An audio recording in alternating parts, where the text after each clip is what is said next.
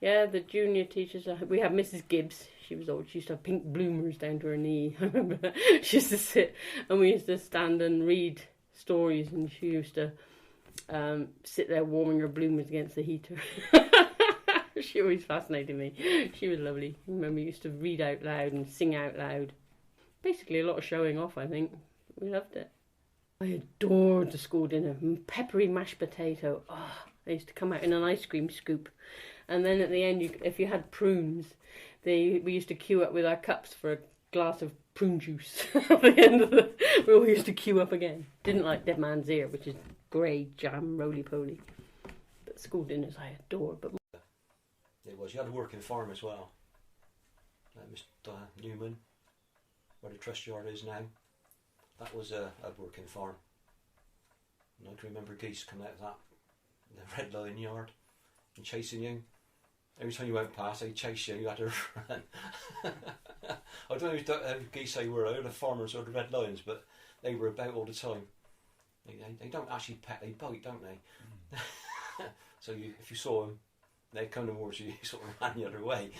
Or stood behind your father, let him get pecked. We had at the high street the sweet shop, and that was one run by Mrs. Butler and her daughter Peggy. Well, there were sherbet fountains, that was one of my favourites, pear drops, and rhubarb and custard. And then they had these little tiny individually wrapped things. They were a farthing each. You get 4 for a penny, the old penny, of course.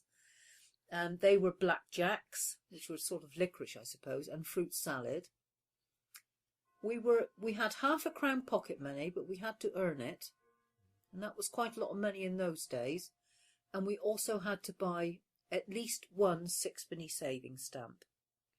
And there was a post office run by Mr. and Mrs. Potter, the other side of the high street, and that's where we'd go and buy our savings stamps.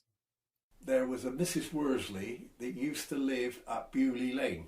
She started off a dancing school up there, and 3 or 4 of the lads from the village went up. We had to do dancing lessons and things like that, but we were treated like lords because she was quite a well-off person, very wealthy.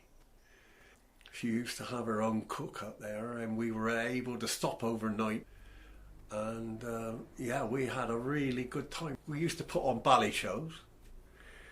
We put on Swan Lake. I was about 12, 13 at the time. On another occasion over the weekends, we would go up to London on the train, first class travel.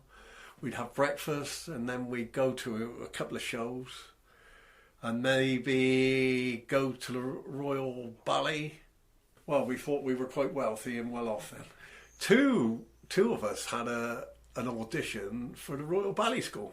I had a very fantastic childhood. Very privileged in lots of ways because we had a freedom probably not afforded to many children, because being in a village, it's a very close-knit community.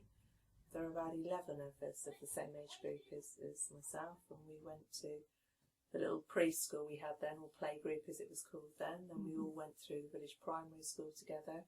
And it was only when it came, we turned 11 and we went our separate ways to secondary schools that I was quite good at rounders.